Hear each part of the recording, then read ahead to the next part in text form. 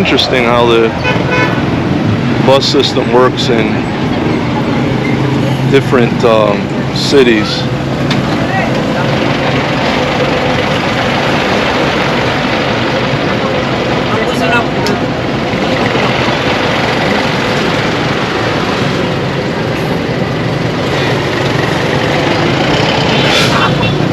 Here in Valencia, just kind of sitting here on the side of the road, hoping to flag down a bus that's going to Cagayan de Oro, which is probably about 4 to 5 hours away.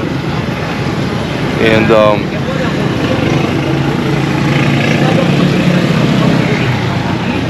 two buses stopped already that were going there, but neither one of them had a bathroom, or a CR as they call it here, on the bus. And since such a long trip, we'd rather wait a little while and hopefully catch one that comes through that has a working bathroom. But I don't know how many hours we have to sit here, you know, to wait on one to come through.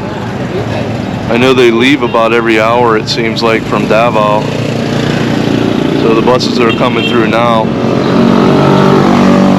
probably left in the middle of the night. So I don't know, the sun's coming up. It's about 8:30, and it's going to be a hot day because once the sun gets up in the sky, it doesn't look like there's any place for us to escape it.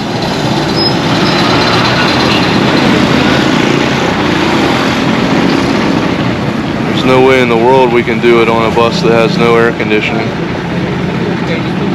So, yeah, we'll see how it goes.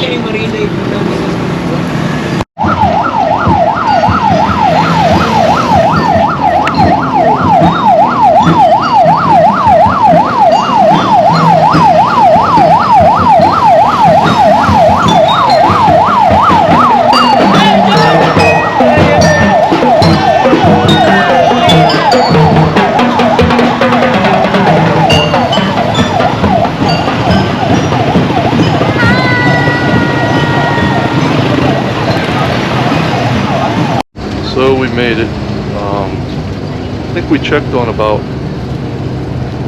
maybe 6 or 7 buses that went by in that amount of time, an hour and a half, sitting on the side of the road, and none of them had a bathroom.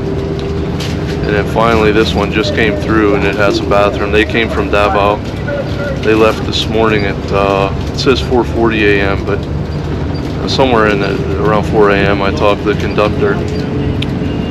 So we're on a bus. We're on our way to Cagayan de Oro, and we're pretty happy about it. The sun's starting to beat down on us. Like, I'm starting to sweat. My shirt's starting to get wet, and we almost got on the bus right before this one. And glad we didn't. You know, this one came through in the nick of time. So we got our bathroom. It's a 5-hour ride, so it's kind of tough to, you know, get through that, you know, and kind of sit in pain. Now, they do usually stop once on the way, but timing isn't always great. You know, my wife likes to use the bathroom from time to time, and me, I'm unpredictable. You know, sometimes I have to go, and I can't really hold it when I do. So I'm glad to be here. Glad we got a bus, air conditioning, bathroom, answered prayer. I'm actually really glad to be getting out of this Valencia city. I'll talk about that in another video, but there's I don't know, some of the people here weren't very friendly to us. And it's kind of just a little city in the middle of the mountains. And the worst halo we had was here. We've been ripped off twice. I mean, actually 3 times if you count the room. Ant infested room. If you watch the last video that I posted, you'll see, I think I included some of the videos of the ant trains that were running around throughout the room. And just all night long, you're just waking up and killing ants because the ants are crawling on you. It's better than sleeping outside. The air conditioner worked. Actually, it was cold. It was too cold. I had to get up and turn the air conditioner down. So here we go.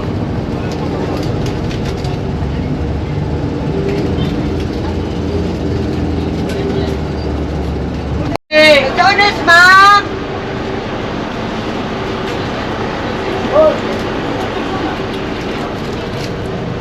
Aray, logo tubig! Sitro sa tubig, logo pugo! Lansones sa tabis! Mani, logo tubig! That's what they do at the bus stops. They sell you snacks.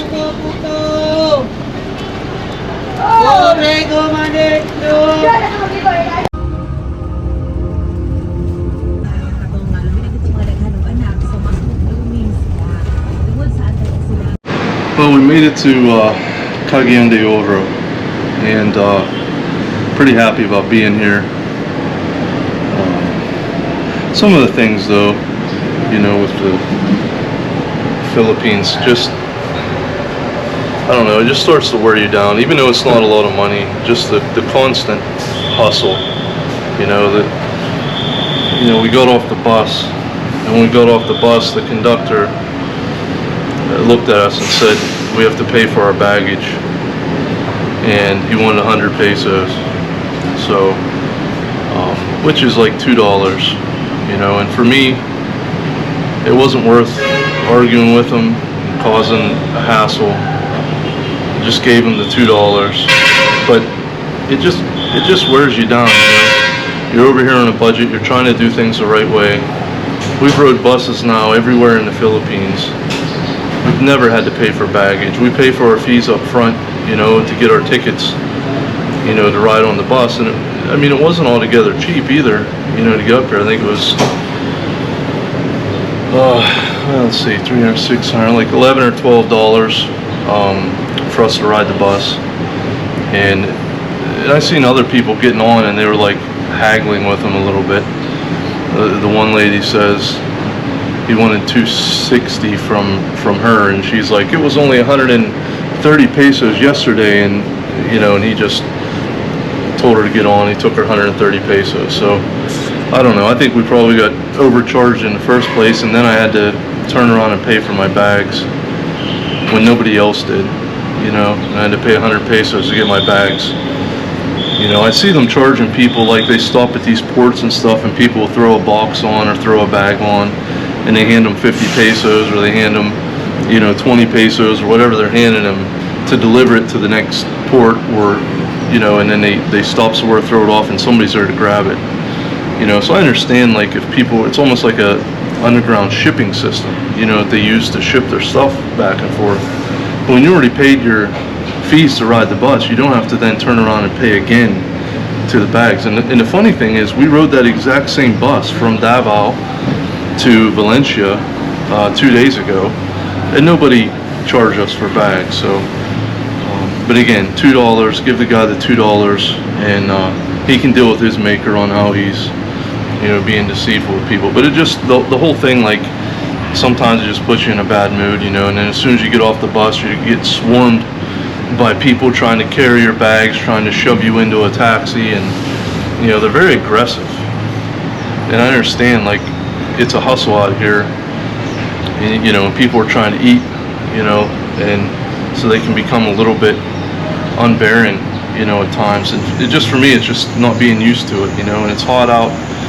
I got 2 humongous bags that I'm carrying. My wife's got 2 smaller bags because we brought too much stuff, you know. So it's, you know, me wrestling around with these bags and trying not to get something stolen and have somebody rip you off, or, you know, just the whole hassle, you know. But we finally made it to the room. You know, I'm not going to complain about this room like I did the last room. This is the room I actually rented and paid for. The internet, I don't think it's going to be great.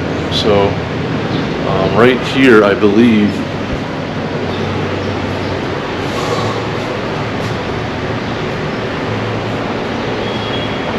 pretty sure that that's the router for the internet here. And the good news is it's right outside my door. the bad news is she said it's slow, so I may be sitting out here in this hot hallway on Saturday night in order to take my class, if I'm lucky. I'm not quite sure what else to do, because there isn't, I don't believe, any place that's like 24 hours that I can go sit up at like a coffee shop or something and have internet. You know, and the weird thing is too, like here, everywhere you go, there's no such thing as like free internet. You know, back home, anywhere there's Wi-Fi, you can just get the password and use the internet. But here they even charge you to charge your cell phone at the 7-Eleven. You got to put coins into a machine if you want to get a little bit of load, or not load, but a little bit of charge, electric charge on your cell phone. Like, there's just nothing free here. You want to use the bathroom, that's going to cost you money. So this is the room.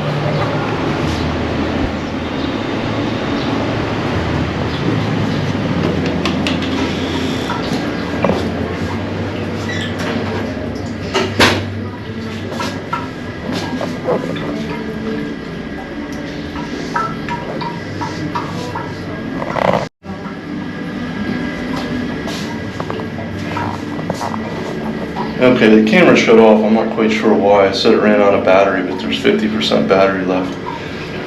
But we haven't found a single bathroom yet that we've been in our entire time in the Philippines that didn't leak.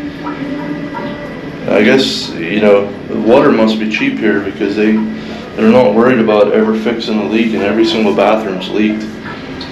But this is fine. I mean, it has a little bit of a separation from the shower and the toilet, which I'm kind of happy about, because that means the bottom of my shorts don't have to lay in water. You know, every time you have to sit down to use the bathroom, and my wife doesn't have to worry about her shorts sitting in the water on the floor in the bathroom, so that's nice. And you know, the bed looks really clean. I mean, the sheets look good. It's an older room, but you know, this is about what you get. We have air conditioning. And air conditioning seems to be working fine. We got a TV, you know, a small TV.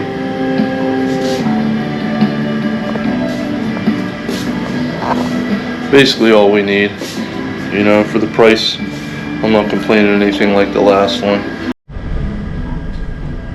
Okay, the camera keeps shutting off on me. I'll try this one more time.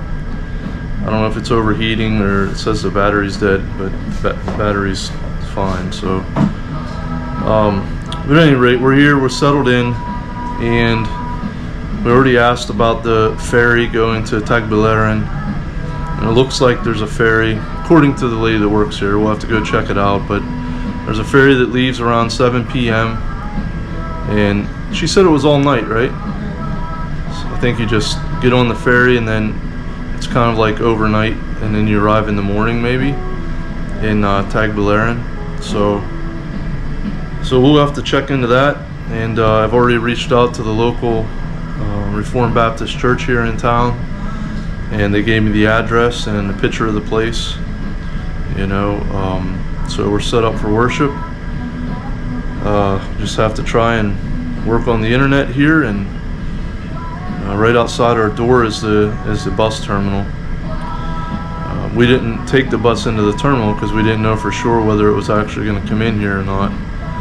So we had to walk like 2 blocks. It wasn't too bad, but a little bit of traffic and a lot of people, and typical hustle here. But yeah, we made it here. We're safe. Still chugging along. You know, getting ripped off a little bit here and there, but nothing worth writing home about yet. Just gotta stay on your toes and keep pressing on. Alright, that's it for this video.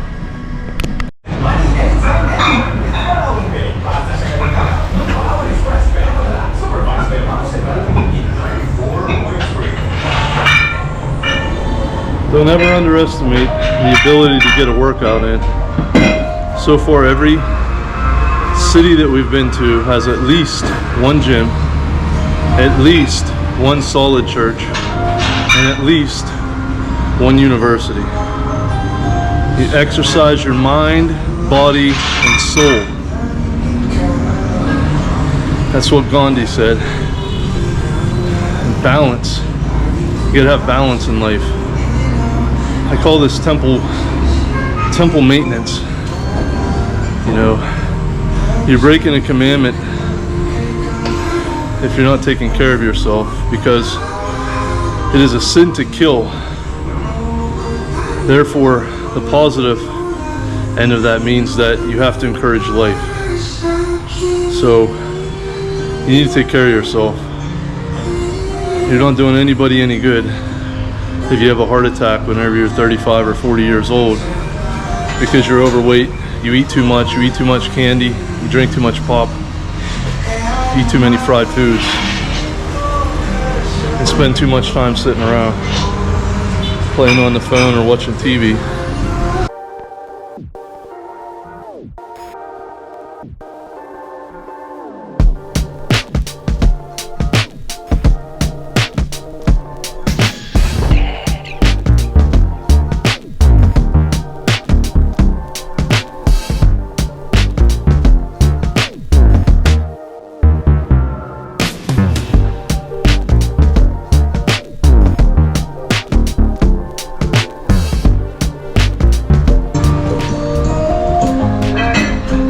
Putting your awards on my video. Thank you very much. Yeah.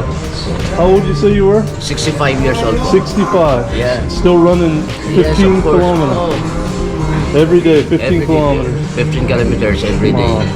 And it takes you about an hour. Yeah. That's amazing. God bless you. That's awesome. Okay, thank you very much. Keep up the good work. We'll see you. Thank you. That just goes to show you, in your 60s, he's getting ready to head out for a run right now. He runs 15 kilometers every day. He does it in an hour. And he's been doing it for years and years. Those are all his awards that he got. And man, that's impressive, you know. He's a lot older than I am. And I wouldn't run 1 kilometer in this heat. I mean, the sun's still up. And it is hot. In fact, I carry around this umbrella just for that reason, because the sun here will kill you. This guy's gonna go run in it. It's probably like 90 degrees. So no excuses. No excuses. This is Cagayan de Oro.